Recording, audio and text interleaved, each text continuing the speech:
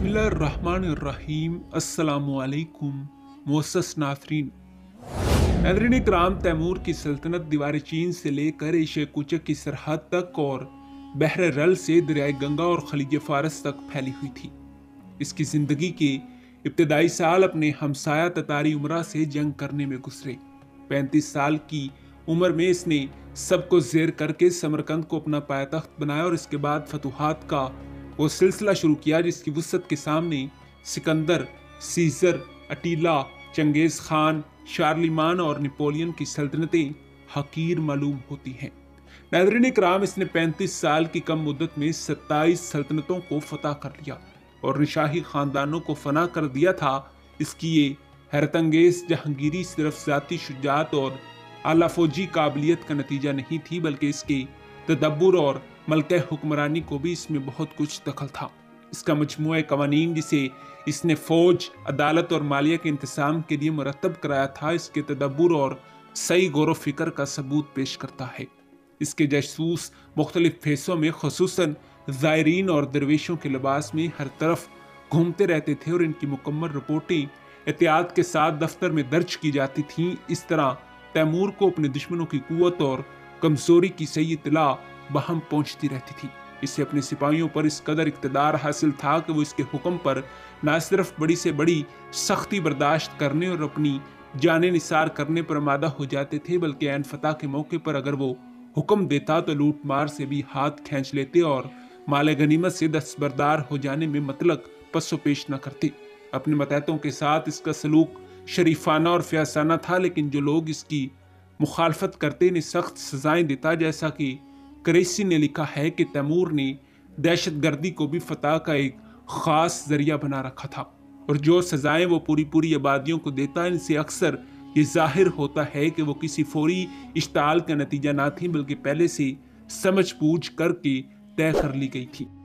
ناظرین اکرام، جنگ نیکوپولس کے بعد بایزید کے بعض فوجی افسروں نے ایشیا کوچک کے مشرق میں فتوحات کا سلسلہ شروع کیا تھا، جس کی وجہ سے سلطنت عثمانیہ کی سرحد جارجیا تک پہنچ گئی تھی۔ ادھر تیمور کی حکومت اس سے پہلے ہی جارجیا اور بحر کاسپین کے دوسرے مغربی ممالک میں قائم ہو چکی تھی۔ دونوں سلطنتوں کے ہم سرحد ہو جانے کی وجہ سے ان کے درمیان جلد یا بدیر تصادم کا واقعہ ہونا ناگزیر تھا۔ تیمور کی سلطنت کے بعد بایزید ہی کی سلطنت اس وقت دنیا کی سب سے زیادہ طاقتور سلطنت تھی۔ ناظرین اکرام، بایزید اپنی سابق فتوحات کے نشے میں اتنا سرشار تھا کہ اس نے تیمور کی فتوحات کا صحیح اندازہ نہ کیا اور ایک ایسے فاتح کو نظر انداز کیا جس کے نام کی دہشت سے بڑے بادشاہوں کے تخت الٹ چکے تھے۔ سرحدی جھگڑوں کے علاوہ آویزش کے اور بھی اسباب تھے، مثلاً ایک دوسرے کے باج گزار رئیسوں کو حملے کی دھمکی دینا اور ایک دوسرے کے باغیوں کو پناہ دینا۔ باغیوں سے مراد وہ امراء تھے جن کی ریاستوں پر بایزید نے قبضہ کر لیا تھا اور وہ بھاگ کر تیمور کے پاس پناہ گزیر ہوئے تھے۔ اس طرح وہ امراء بھی باقی سمجھے جاتے تھے جن کی ریاستیں تیمور نے فتح کر لی تھیں اور جنہیں بایزید نے اپنے دربار میں پناہ دی تھی۔ یہ لوگ اپنی ریاستوں کو دوبارہ حاصل کرنے کی غرض سے تیمور اور بایزید کو ایک دوسرے کے خلاف ابھارتے رہتے تھے۔ اسی سلسلے میں دونوں کے درمیان نہایت تلخ خط و خطابت شروع ہوئی اور بالآخر نوبت جنگ کی آ گئی۔ ناظرین اکرام، 803 ہجری بمطابق 1400 عیسوی میں تیمور نے ارمینیا کی طرف عثمانی سرحد میں داخل ہو کر سواس کا محاصرہ کر لیا، جو چند سال پہلے ہی بایزید کے قبضے میں آیا تھا۔ اس شہر کی دیواریں نہایت مضبوط تھیں اور ترکی دستے نے بایزید کے سب سے بڑے لڑکے ارطغرل کی سرکردگی میں اس کی محافظت بھی ایسی جانبازی کے ساتھ کی کہ تیمور کی 7-8 لاکھ فوج شروع میں کامیاب نہ ہو سکی، لیکن آخر میں تیمور نے ایسی تدبیر اختیار کی کہ جس کا جواب میسورین کے پاس نہ تھا۔ اس نے 6000 مسور لگا کر دیواروں کی بنیادیں کھدوانا شروع کر دی اور اس درمیان میں شہیدروں کی تھونی لگا کر دیواروں کو گرنے سے روکے رکھا۔ جب کھدائی کا کام پورا ہو گیا اور بنیادوں کے اندر بڑی سرنگیں تیار ہو گئیں تو شہیدروں میں آگ لگا دی اور تمام دیواریں دیکھتی ہی دیکھتی ان سرنگوں میں بیٹھ گئیں۔ ناظرین اکرام، حملہ آوروں کے لیے اب کوئی روک نہ تھی اور شہر پر فوراً قبضہ ہو گیا۔ تیمور نے سواس کے اس محافظ دستے سے دل کھول کر انتقام لیا۔ ان میں سے 4000 ارمینیوں کو اس نے زندہ دفن کر دیا اور ارطغرل اور بقیہ ترک سپاہیوں کو قتل کر دیا۔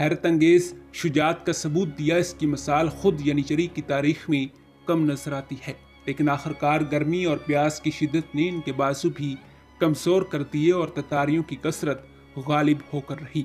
ناظرین کرام، بایزید کے بعض افسروں نے لڑائی کی حالت دیکھ کر چند گھنٹے پیشتر ہی اسے میدان چھوڑنے کی رائے دی تھی، لیکن اس نے مشورے کو حقارت کے ساتھ ٹھکرا دیا تھا۔ جبکہ وقت نکل چکا تھا، بایزید نے بھاگنے کی کوشش کی، مگر محمود خان چغتائی نے تعاقب کر کے اسے گرفتار کر لیا۔